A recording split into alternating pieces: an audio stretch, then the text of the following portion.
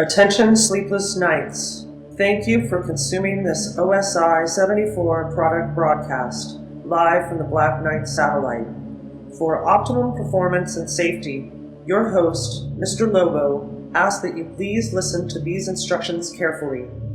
When in a hospital or other healthcare facility, observe the restrictions on the use of electronic devices. Switch off before boarding an aircraft to prevent interference with communications systems. Do not operate this device in the presence of flammable gases or fumes, chemical plants, or where blasting operations are in progress. Always listen hands-free while driving a vehicle. Failure to observe these instructions may lead to immediate termination. It's time now for the show to begin. Thank you. Have a very pleasant evening.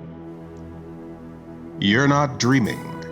You're listening to the Sleepless Knights podcast, or pODDcast.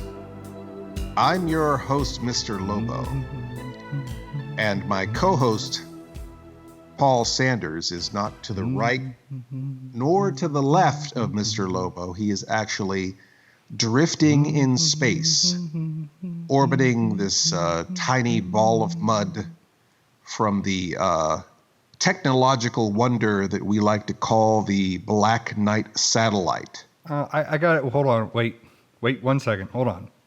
Paul? Paul? Are you okay? Everything all right up there? I don't know. Like I haven't been in the Black Knight satellite for like 2 years now.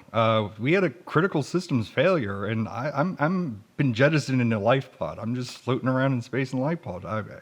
Did you not get the memo? I'm the president of outer space, so I just spent a lot of time playing golf and, putting my face on money and stuff like that. So, I didn't really pay close attention. I mean, other than the fact that we haven't done a podcast in 2 years. Well, I've been floating around here. I've been kind of like in isolation since 2018, and just kind of sustaining myself. Yeah, well, but how are you doing? I mean, is everything all right up there? I mean, luckily we had sponsors way back when the turn of the century from the Nana Papa Giorgio Franceschi. No, that was Grandpa Nana's authentic Mexican corn chips. Yeah, I have some right here, and this is basically what I've been living on for the past 2 years. Wait, from that episode with the corn chips? Yeah, it's actually the same corn chips. Oh, gosh. Wow. They're ripping the shit out of my mouth. Well, apparently they're made out of that same stuff that Captain Crunch is made of, that like flays the inside of your mouth. So like sugar and asbestos? That would make sense. Yeah. I think that's the secret ingredient, Paul. I'm sorry. Are we getting sued? I don't know. I don't think they're sponsoring us anymore. We haven't done a podcast in like 2 years. I mean, ironically, I accidentally breached the hull, and the corn chips with the chip. Did the chip breach the hull at first? But then I actually used the same chip to seal the hole. Oh, wow! Well, much multi-purpose for a snack. I mean, I can see why they sponsored us. I can't. Horrible to eat, horrible to digest, but can keep your pod from spontaneous combustion. So what's a typical day out in space? I mean, you wake up every morning and what happens? Well, morning and night is kind of not a thing out here. I guess relative, yeah. But the computer systems have been keeping me up and everything. In the morning, when they want me up, it plays Major Tom, and gets me up and gets me motivated to seize the day.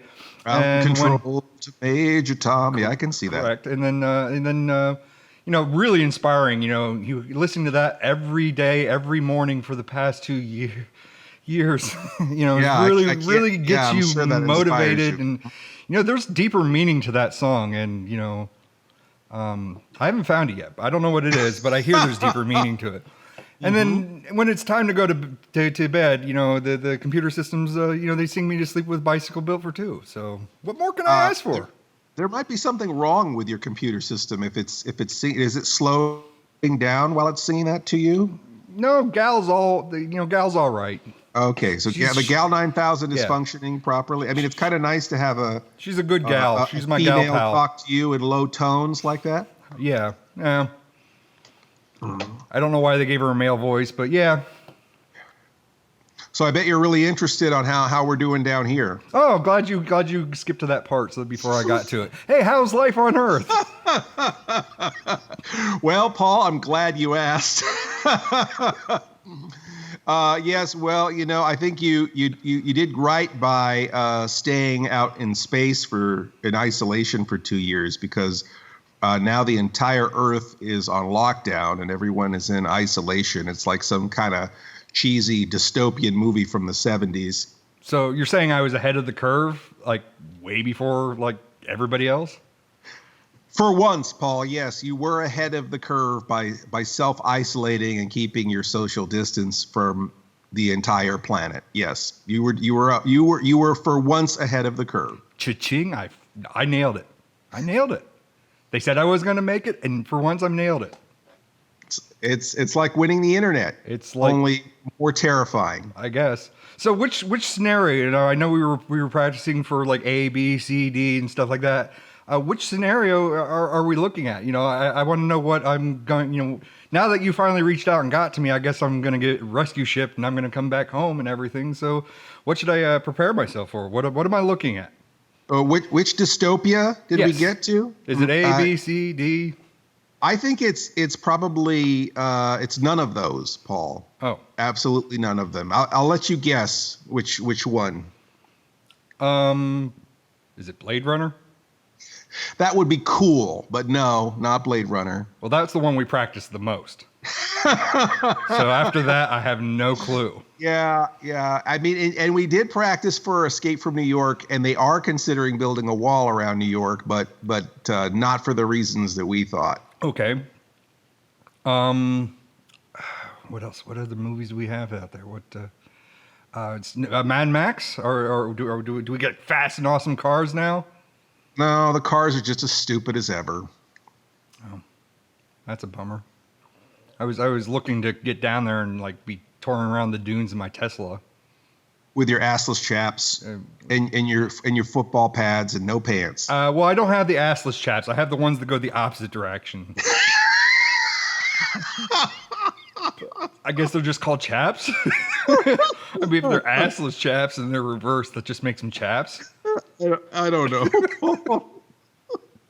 I have no idea. Ah, here we go. Good one. Here we go. How about monkeys? Did Caesar rise and bring the ape revolution? Are we looking at an ape revolution? Yes, Paul, you got it. You nailed it. You nailed it in under 20 guesses. You nailed it. Unfortunately, yes, we're looking at a planet of apes controlled by apes. Sorry, that wasn't my Charlton Heston. I just had a stomach ache from those damn chips. My God. Damn dirty apes. Yes, it's happened. Oh, is this the future? I'm the genie. Is this the future? So, I mean,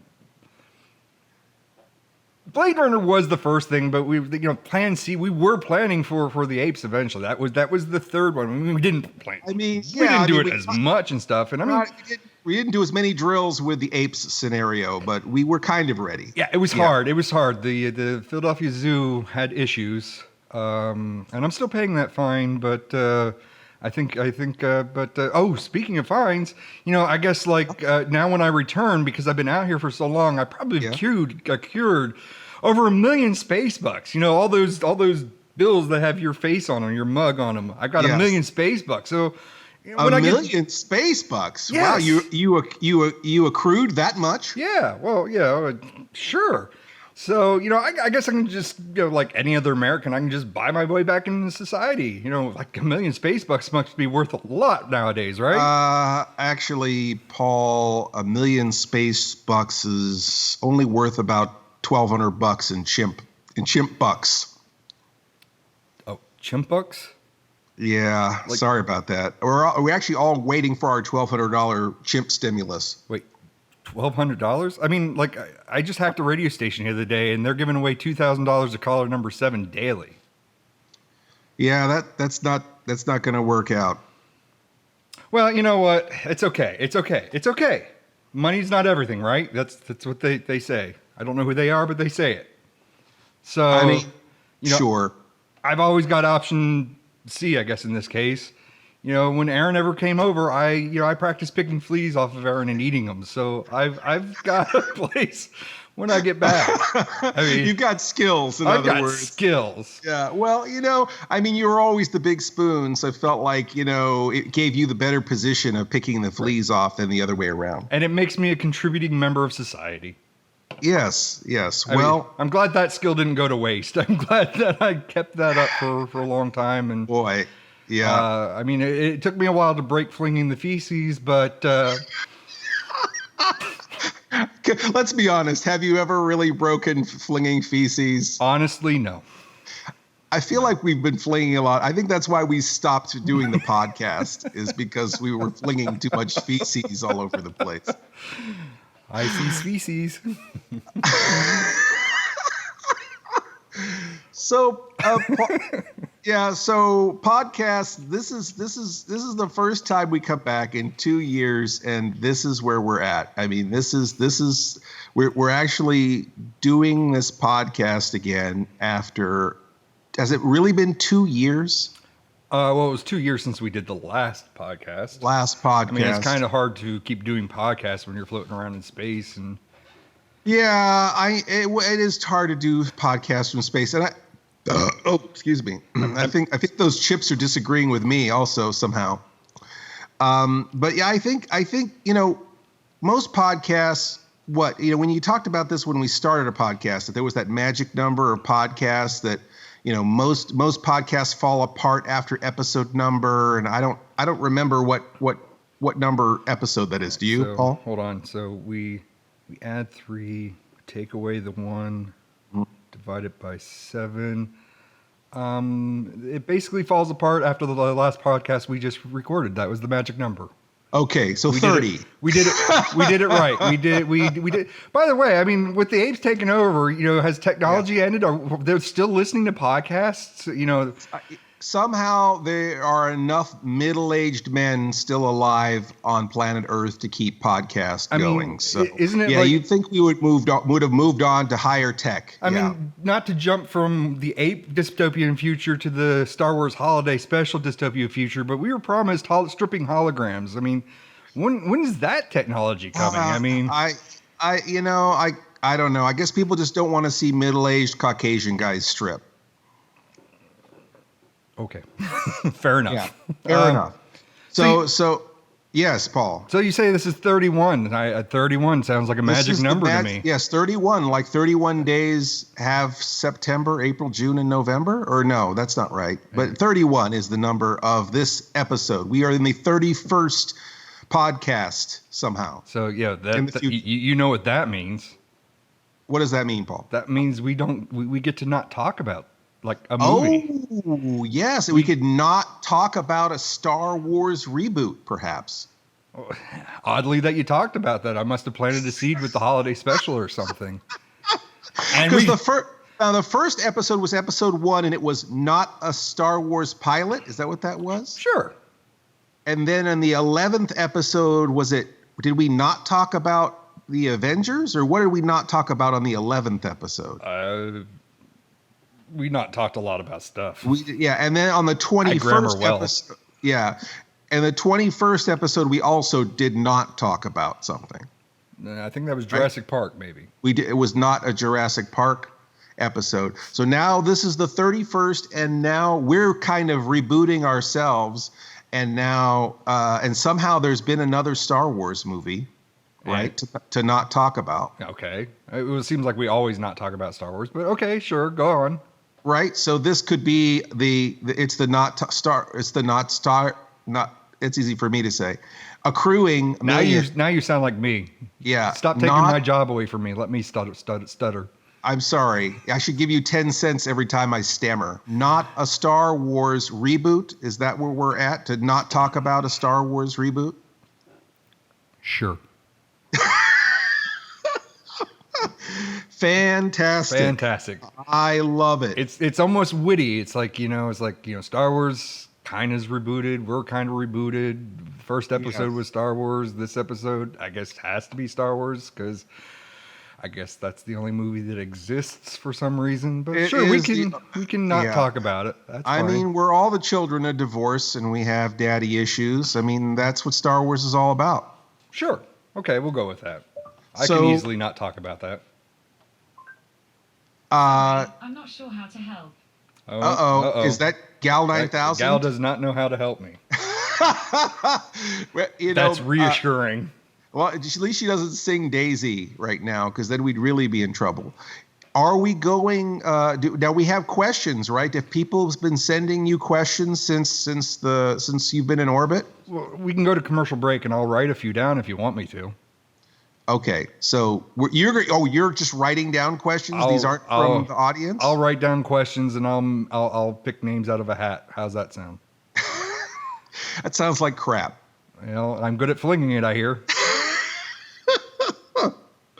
All right, then. Well, speaking of flinging crap, we'll be flinging a lot more crap straight at your face right after this. It's a madhouse! A madhouse! Charlton Heston discovers a world turned upside down, where humans run wild in the jungles and the superior beings are apes. Planet of the Apes, a fascinating civilization where apes build the cities and control the laws. Charlton Heston, Roddy McDowell, Kim Hunter, and Morris Evans star in Planet of the Apes. And we're back with more of the Sleepless Knights pODDcast. And we're back. We're actually back, and we're back. Well, you're back. I'm not back. I'm still. Well, you're not.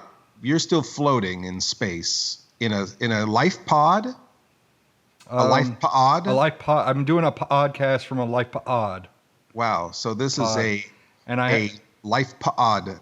pODDcast.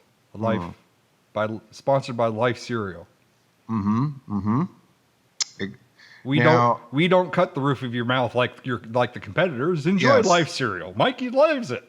Now, speaking of cereal, I have a box of Honey Nut Cheerios here on my desk, and there is a picture of now what does the Honey Nut Cheerios be? He has a name, right? It's like Sunny or something like that. The Honey Nut Cheerios B. There's a little icon on the side asking, or it says, I'll just read it. Snap for fun. Scan the Snap code to unlock a exclusive experience on Snapchat. Now they've got a picture of the Honey Nut Cheerios Bee in the Snapchat, and I'm thinking to myself, is he sending you pictures of his stinger, are you sending dick pics to the Cheerios Bee? Like, I don't know why they would have Snapchat with the Honey Nut Cheerios Bee. That just seems wrong. I think that costs you $5 if you want that option. Not that I'm speaking from experience or anything, but yeah, I think that's how it rolls. All right, so Paul, do you have any questions since you've been gone for 2 years? Yeah, actually I do. How those hard drives? How are the hard drives hanging? The hard drives, Paul, we had such a thing with hard drives, and and every time I go to a convention, all the fans of the podcast have been asking, what's happening with the hard drives? Because we haven't had a podcast in 2 years, so they don't know what happened. But I will tell you what I told them. The hard drives, we tried like heck to have them fixed. They were frozen and taken apart and put back together. And then ultimately they refunded us and sent us a bunch of new hard drives. And then the fans gave us a bunch of money to buy more hard drives to store stuff. But the bad news is that all of the material that we lost on those hard drives, or at least the real important stuff, we recreated. So we reshot 6 episodes that we without you, Paul. I'm sorry to say that, but we did reshoot episodes for Cinema Insomnia, and the season did happen. We actually did have a season. Well, I mean, honestly, am I ever really there? When I'm I'm in space even when I am there. Well, Paul, I have to say this. It was not easy. It was much smoother the first time when we had you on the crew. The second time, it was a little bit convoluted. If you watch those episodes carefully, you can see that, someone's a little slow with the teleprompter, or someone's shadow is casting in the lights, and those episodes are great, but if we had another hand on deck, it would have been a lot smoother. But that being said, the good news is that we accomplished that, got those done. The show still exists. The show must go on. The show must go on. We had two for the OSI 74 went down several times since I've talked to you last. Sexy. Isn't that sexy? Mm-hmm. The channel the first of it was not really down in a way that we weren't expecting. Roku was changing their standards, and I don't know if we had talked about that the last time on the podcast, but Roku had changed their standard to where we had to reformat all the artwork and create new updates for the look of the channel and reassign all of the links to the shows. So we had to kind of rebuild the channel for Roku, and then we had a crash that wiped out everything, including the Cinema Insomnia website and the OSI 74 website. And then we had another crash, which did it again while we were trying to get it fixed. And then we had a hack. Some hacker in Russia tried to hold the whole channel hostage for $2,000. And the joke's on him because we don't bucks or chimp bucks. Real bucks. But the joke was on him because we didn't have 2,000 Bitcoin, I think is what he was asking for. We didn't have the 2,000 Bitcoin, or I think it was a matter of principle. We didn't want the terrorists to win, because once you give them the 2,000 Bitcoin to unlock your website, then it's like, okay, well, then I want 400, every month, or, they've got you on the hook forever once you start giving them money. So we just let it go down in flames. We got a brand new server in another country that I won't specify. And we built the channel all over again. And then everything was going fine for a while, but Mr. Lobo was a little too depressed to get the websites back up to snuff. So the updates on the websites were slowed down for a while. Liam in Australia is rebuilding the OSI site now, so I don't have to look at it. And then the other website is back. It's not updated a lot, but Cinema Insomnia is back now too. And we had another outage with the channel just a few days ago, where Roku, I believe, forced some sort of update that caused everything that was coming from a specific server to disappear off the channel. So we were thinking about migrating the content again to another server, but they fortunately patched it up. And if you turn on OSI right now, even though we tried a million things to get it working, I think ultimately they finally came up with the patch to fix it. If you turn on OSI right now, it's working. So to sum up, the show is back. We're making new shows. The channel is back and better than ever. So those are some other things. Any other questions about the world we live in now, Paul? Sounds like it was burning the same when I left. I'll make sure to swing by. When you send the rescue ship out to me, we're gonna swing by. We're gonna pick up some marshmallows and some wieners, and we'll cook it on the flames of OSI. I would have loved. Yeah, well, yeah. I think some of those fires. Okay, yeah, we won't talk about that. Although something that has happened, Paul, which is interesting, is that I got a DVD distribution deal with Alpha Video. And I have 14 of my titles on Alpha Video, a DVD, and which is very exciting for me because I haven't had a legitimate DVD distribution deal in a long time. This would have been greater 15 years ago, but I'll take what I can get at this point. And The cool thing is we started a whole new rebranded, rebooted fan group on Facebook to reflect the titles of the DVDs, because the way that they market my show is Mr. Lobo's Cinema Insomnia. So the new fan group is called Mr. Lobo's Cinema Insomnia Fans Group. And we have, I think it went from, in like a matter of 2 months, it went from 700 fans to over 2,000 fans. And now I think we're at almost 2,500 fans there in the Mr. You should check it out on the Computator. Type it in right now. The Gal 9000 should cue that up for you. And then you can see how much and how activated they are. Like, you know, Mr. Lobo's fans are usually pretty slow and passive and sedentary and sometimes kind of dumb. And, you know, I accept that because that's sort of how I am. But a lot of these fans are activated and they've got interests. They're asking questions all the time. So that might be a good place to maybe look for or source some questions. Yeah, I see some questions here actually. So I'll mix them in with what I wrote, and if they don't have names, I'll just assign names to the questions I have, because this makes all right, it. Whatever. I mean, it's easier when I got a question here from like Stuart Robertson instead of saying, you know, Gleep Glarp asks, because I'm really bad with names. Although I guess in this day and age, the people asking the question should be. Oh yeah. Which right. I'm sorry if that was offensive, but you know, since I already called this guy out, Insensitive chimp questions. Stuart wants to know, where does Mr. Lobo buy his suits?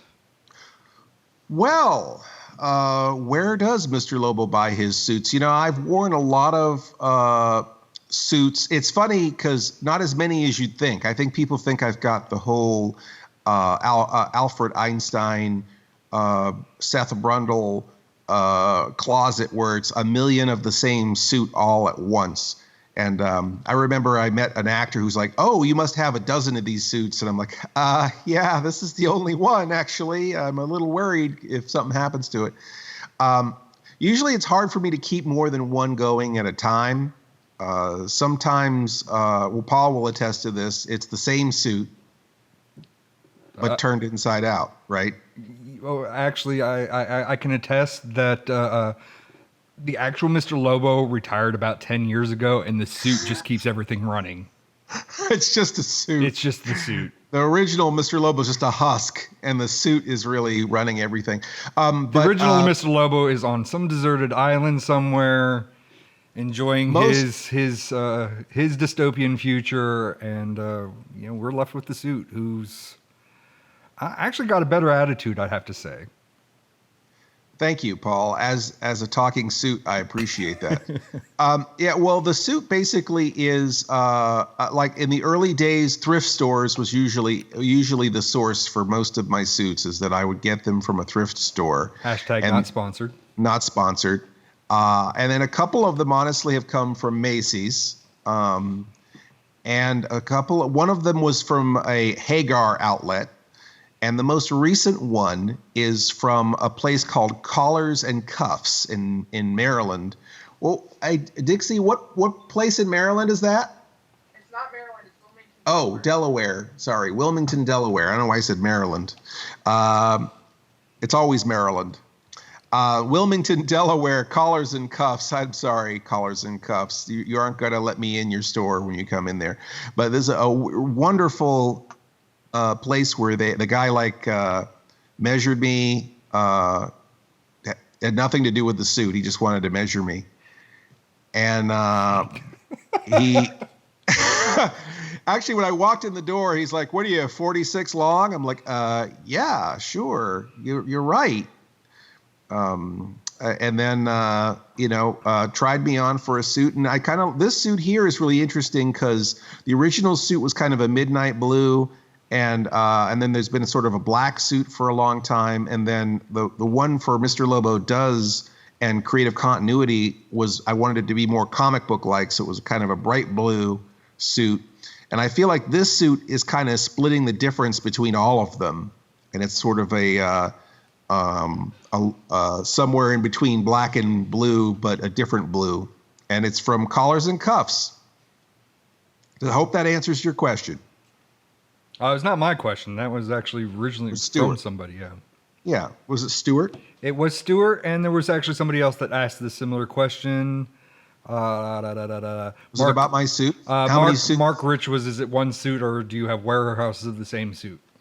So you answered two questions for two different for the people. Price of one. Yeah, I don't have warehouses. I usually get a couple at the same time, but then something happens to it where the garbage cat pees on it, or it gets mustard on it. Or so Aaron yeah, it's very hard.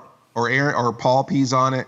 I've got a lot of urine problems happening. Urine stains. I didn't pee on it. I just wiped with it. There's a difference. Flung feces at it. Exactly. Anyway, so it is the ideal situation. Like if we were finally getting the big Patreon money that we think we deserve, I would have 10 of them all ready to go. But that's not the case. Usually just a couple at a time. Well, I hate to interrupt you, but it's that time. And if I'm caller number 7, I can get that $2,000. So okay. Can we bump the commercial while I try to get this real quick? Yeah, all right. So Paul is going to try and win his radio jackpot. And why don't you find something to fine-tune yourself during this next break? Hello, my caller number 7. We come from the retro future. We want you to be nostalgic for what's to come. A new channel and distribution network for smart people with bad taste, featuring content from Church of the Subgenius, Creature Features, Cinema, Insomnia, Sleazy P. Martini and Guar, Troma, Corey Maccabee, horror, sci-fi, Saturday morning cartoons, midnight movies, and assorted trash we love. Add our channel OSI 74 to your Roku player or visit OSI74.com. All systems go. And we're back with more Sleepless Knights pODDcast. During the break, Dixie had informed me that there was a dying smoke detector in the kitchen. So if you heard a beep at any point during the show prior to this, I didn't notice one, but it could have been happening during our heated discussion about how many suits Mr. Lobo has. So I'm going to just put a new battery in this now, so it doesn't keep beeping, and we'll test it here. But first, I gotta put the battery in it first. Sorry.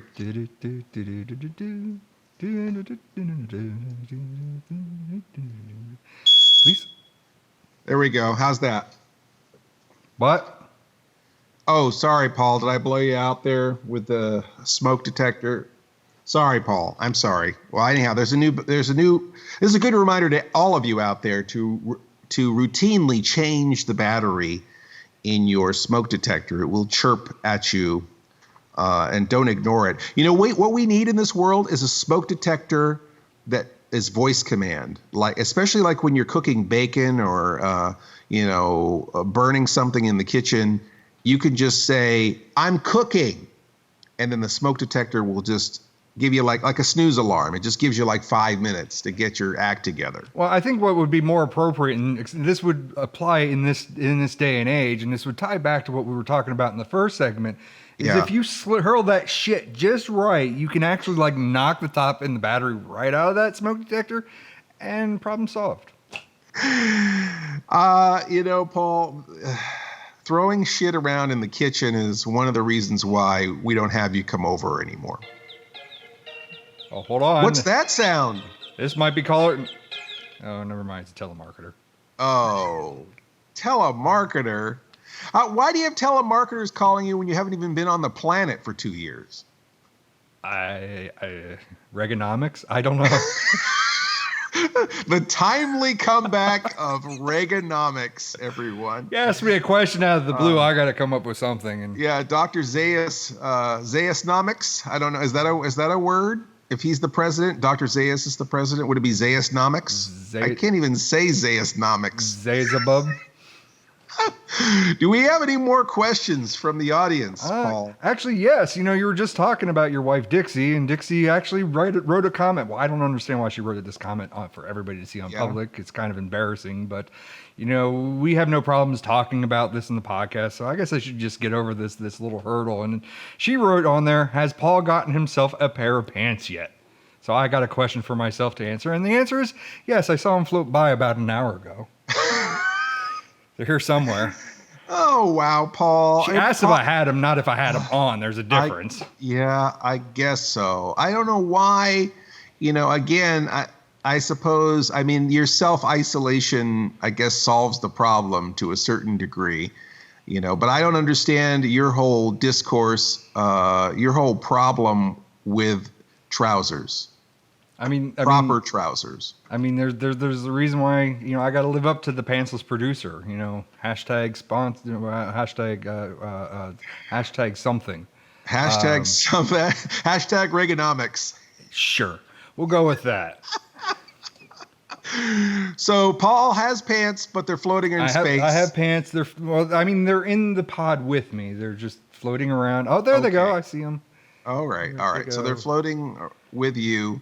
Hopefully you don't have your banana exposed. Well, let's go on to the next question. Okay. We're upsetting the chimps in the audience now. Especially when you said banana. Yeah. I believe that is a $5 question. Hey, here we go. How about we go back to the farts, and we'll talk to the ions with the farts. Oh, wow. Can we bring that back? Do we have to bring the farts back? Did the farts ever go away? Fan arts. Yes, the arts. Fan arts. Let's just say fan arts. Well, let's wear pants and say fan arts. Do we have to bring it down to the 80s 80s comedy level? Did we ever leave the 80s comedy level? Probably not. Let's see here. I have a question, says Adrian Chavez. Adrian Chavez, maybe? Adrian. So Adrian asks, I have a question. Of all the places to relocate, why Pennsylvania? Yeah. Is that Robin Williams again? Are you imitating Robin Williams? No, that's Stallone. That's Rocky. Oh, Stallone. Adrian, I'm the genie. I'm the genie. Adrian. Could you repeat that question in English, Paul? Yeah. Of all the places to relocate, why Pennsylvania? I guess that makes sense, right, to have Sylvester Stallone talk about Pennsylvania, considering that Rocky takes place in Philly, and the question came from Adrian, so it's the trifecta of a joke. It was a good art joke. It was a good no, Paul. It's never a good art joke. You're not using the right context. It came from a fan. A fan, yes. Oh gosh. Forgive us, forgive us. We are. Forget us. Fuck you, Paul. All right. So the question is, why of all places? It was a sort of a loaded question where you're coloring how you feel about Pennsylvania in the question. Did that seem like it had a negative tinge to it? Coloring is the proper question. I think it is written in Crayola. Hashtag okay. Not sponsored. Not sponsors. And we do have some lovely coloring pages of Mr. Lobo on our fan group if you are interested in using Crayolas. Now, getting to the question at hand, when Mr. Lobo lived in California, and this is before the apes took over and the water riots and the Soylent Green episode and all the other horrible things and the fires and the death race and everything that was happening in California. Even before all that started, we had a run of pretty bad luck in California. We had been dropped from our flagship station, which was KTEH in Northern California, San Francisco Bay Area.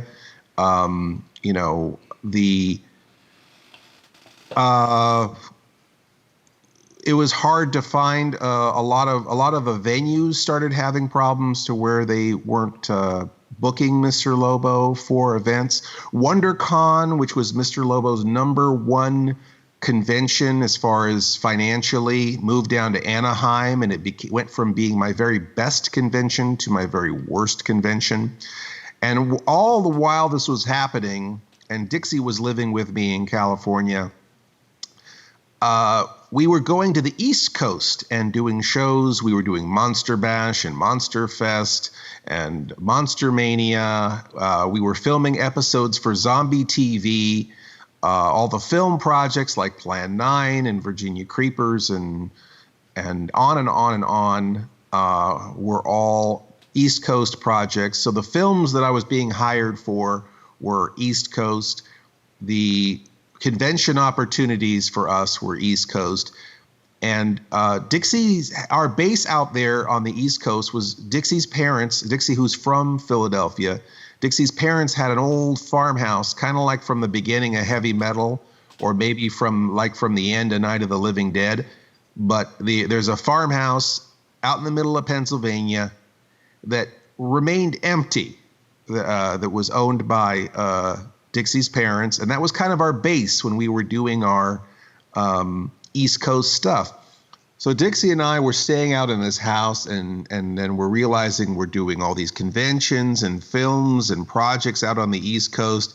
You know, we were spending 5-6 months out of the year on the East Coast while we were living on the West Coast. And at a certain point, especially since there weren't any really good gigs for us and not that much support, we really had to consider, does it make more sense to live on the East Coast and then just go to the West Coast if we've got a gig or a film or a project out there?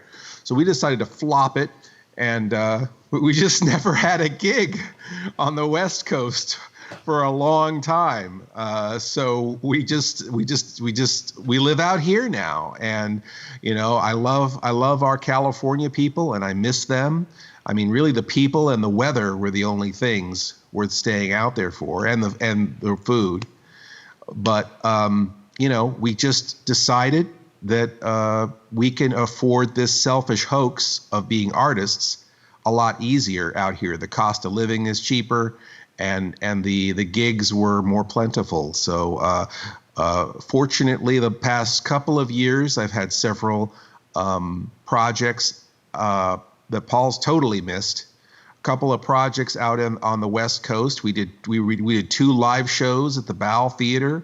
We did the Intergalactic Expo out on the West Coast. We did the Sinister Creature Con out on the West Coast, and so we did a bunch of.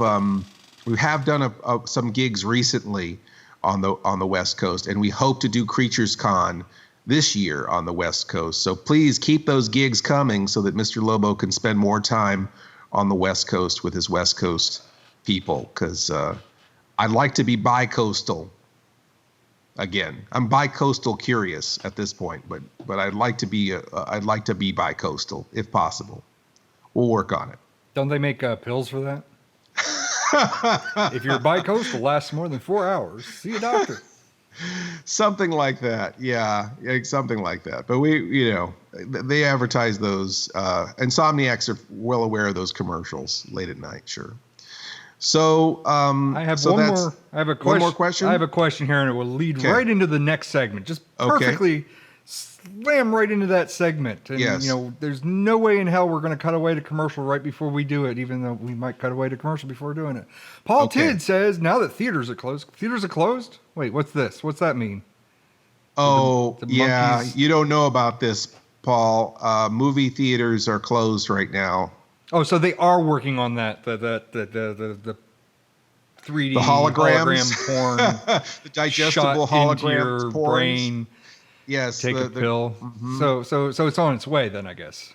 Yes, digestible holograms are on their way. Yes, but in the meantime, movie theaters have been closed. So what's the question, Paul?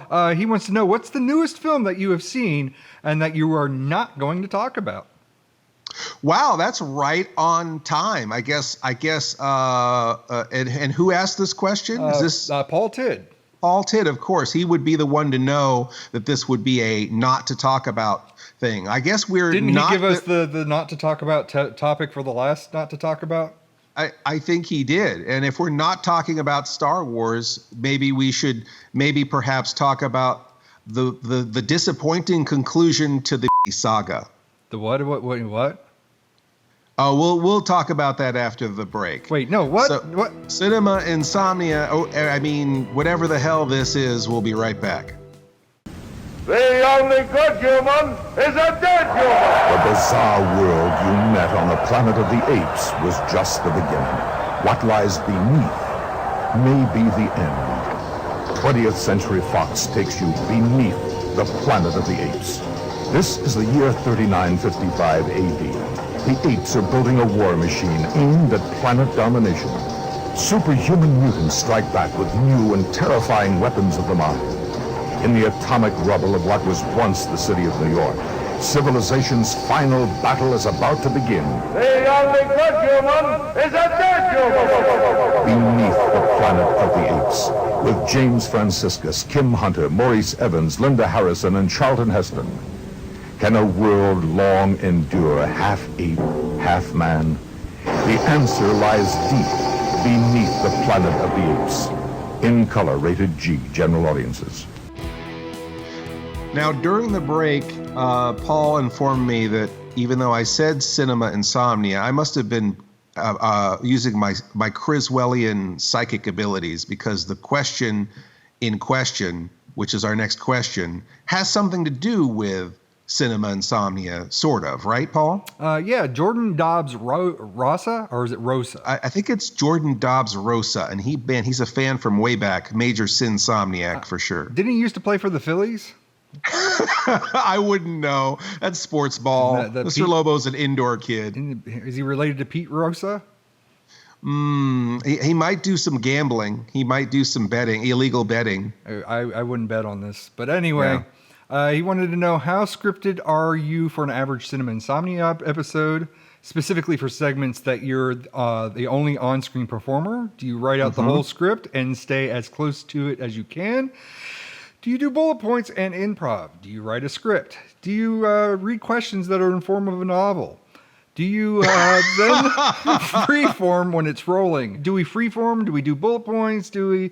I mean, I might have a different answer than what you have. Let's hear what you. I guess the question is sort of all of the above, and I'll answer part of it. I'll answer the part that I think I would answer, and then I guess Paul will answer the part of it that he thinks he should answer.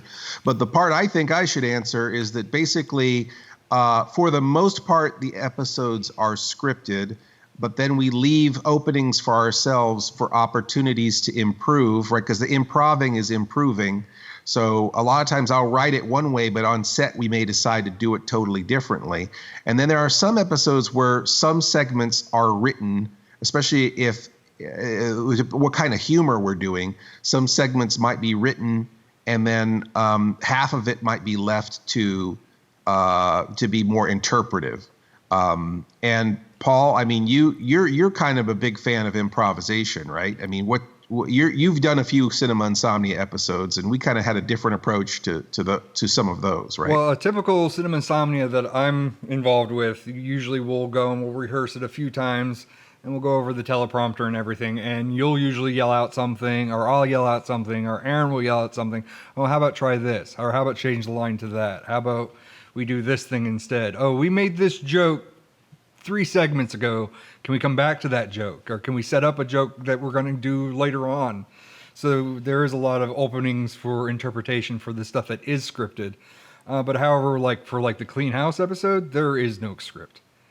that was we just shot from the cuff. We shot it in a form like Mr. Lobo does, where we just kind of come up with a concept, figure our way into that scene, figure our way out of the scene, and then move on from there.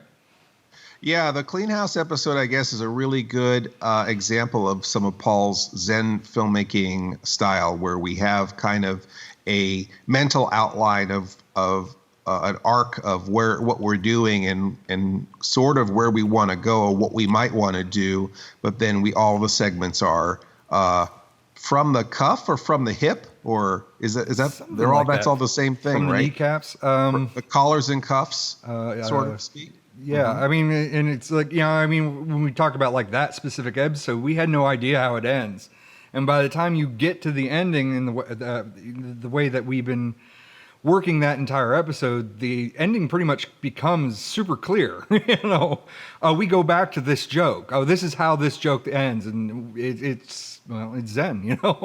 Yeah.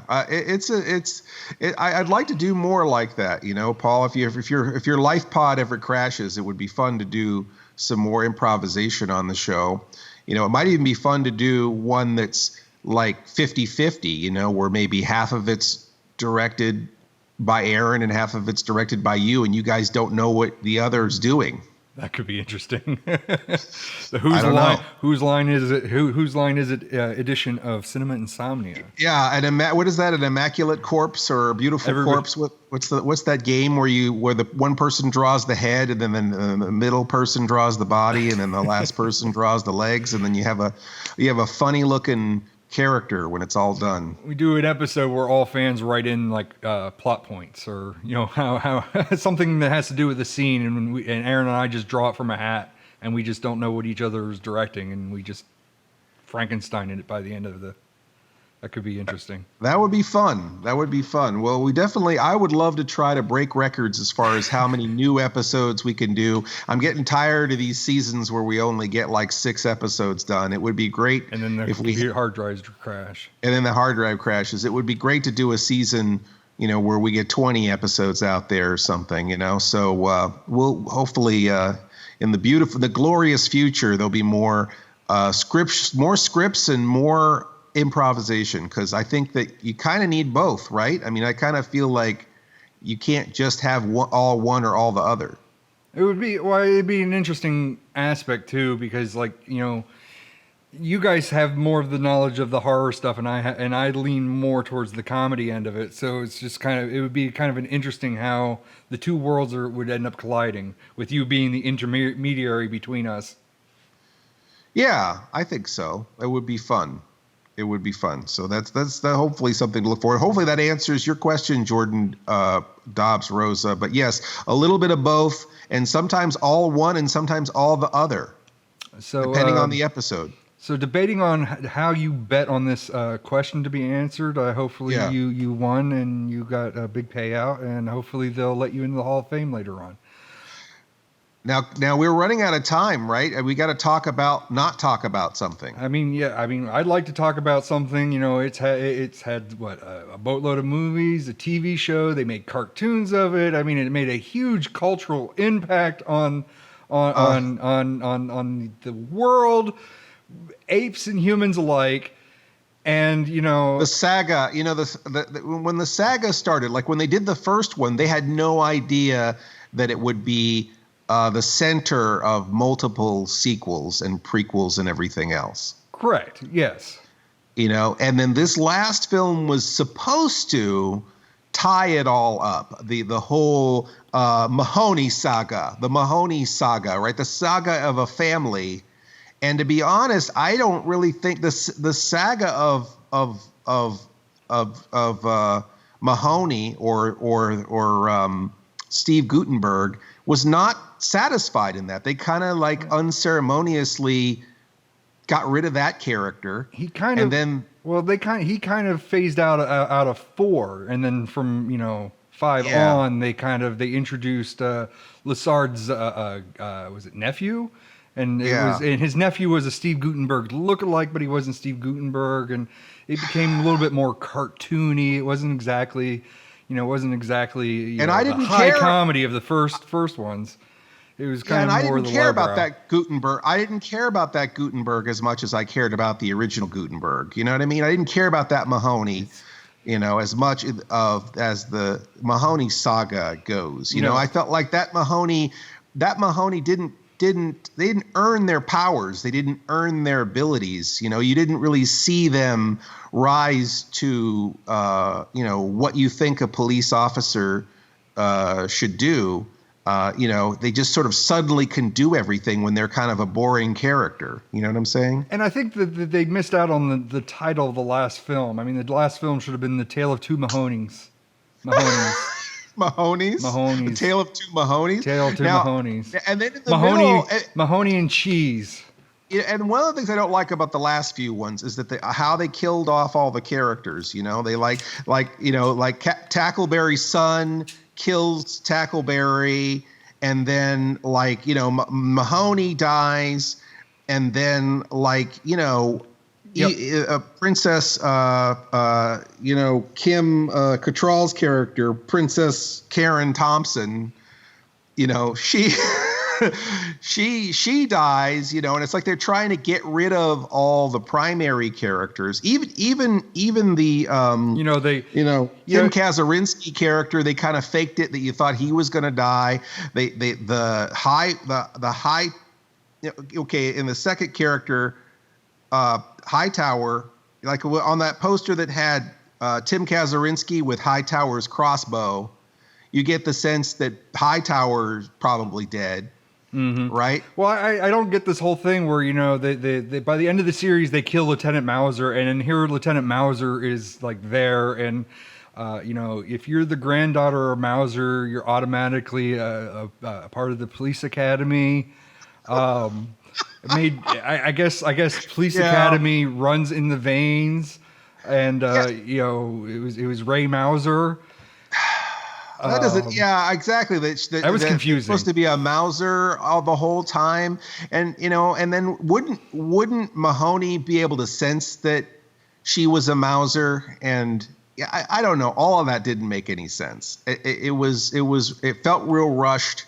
It felt like they were trying to patch a bunch of things. I mean, even the guy who makes all the funny noises, the little guy who makes all the funny noises in Police Academy. They had they had introduced another guy who makes funny noises, like a round ball of a guy, and so now you've got that kind of diminishes the other guy who makes funny noises. So I just feel like, they kind of didn't go all the directions that they didn't please the old fans, and they didn't make these new characters interesting enough to please the new fans of Police Academy. You know what I'm saying? And I mean, for Christ's sakes, if you're going to bring back Zed, if you're going to put Bobcat Goldthwait in his starring role, he's got to be you can't have him just speaking normal and acting normal. And, it just ruins the sanctity of the Police Academy franchise. I agree. But that new TV series that's on Police Academy Plus, I think it has a lot of the, they bring it back to basics to where the Mahoney Lorian brings it back to basics, I feel, where we realize that the Police Academy series is not a soap opera, it's an adventure, right? Yeah. And then there's Baby Lassard. Is it Lassard? I thought it was Baby Proctor. Is it Baby Proctor? I guess they don't give it a name, so you don't really know if it's Baby Lassard. Everybody calls it Baby Proctor, but we all know you can't call it Baby Proctor because the name of the species was never named. Right. But that being said, I kind of feel like at least we're having adventures with these characters, We've got interesting characters having adventures. It's not just like a bunch of trying to sell a bunch of toys, trying to, do a lot of fan service. I really feel like this is kind of bringing it back to basics of, interesting characters having adventures and going to the influences of the original Police Academy instead of it becoming a parody of itself. Until it eventually becomes a parody of itself. But a more enjoyable parody of itself than these movies have been. Don't you agree? In the loose sense of the word. Sure. Yes, so we didn't talk about Star Wars. There you go, Mr. Tid. We had an in-depth discussion about the Police Academy films. I'm glad they didn't kill Hightower. I would have been really upset. I thought it was kind of rough because Hightower was dead, and to bring him back. Yeah, at least they did bring him back. And then the other one too was I guess the Tib Kazurinsky character.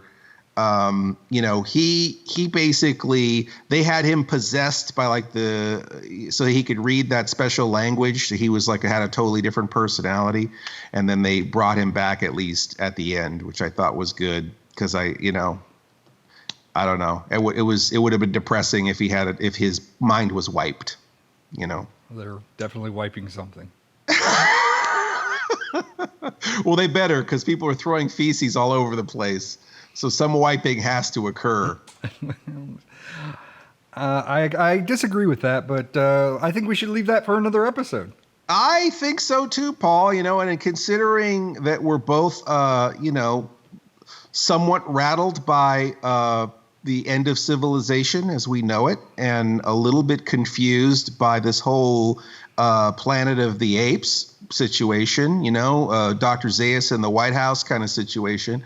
I feel like, I think we did kind of okay. I mean, maybe people can give us their opinions on how they thought we resurrected or rebooted this podcast, but I guess we'll let history decide, perhaps. And I guess the most profound thing that we can tell everybody is, wash your hands, you damn dirty apes. That's right, damn dirty. You finally did it, damn dirty apes. But you blew it up. You blew your nose.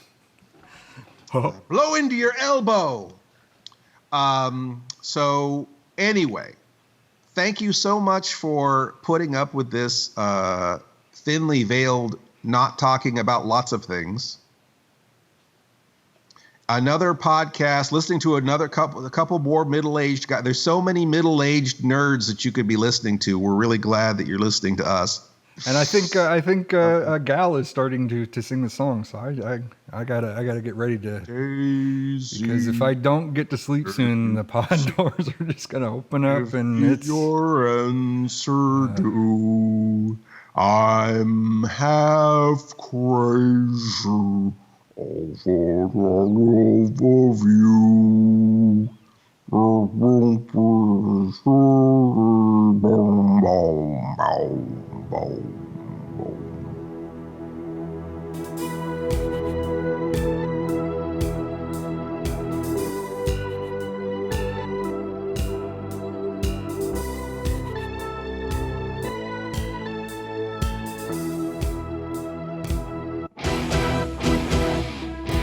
You have been listening to the Sleepless Knights podcast, or should we say, pODDcast. Podcast. Emphasis on the odd.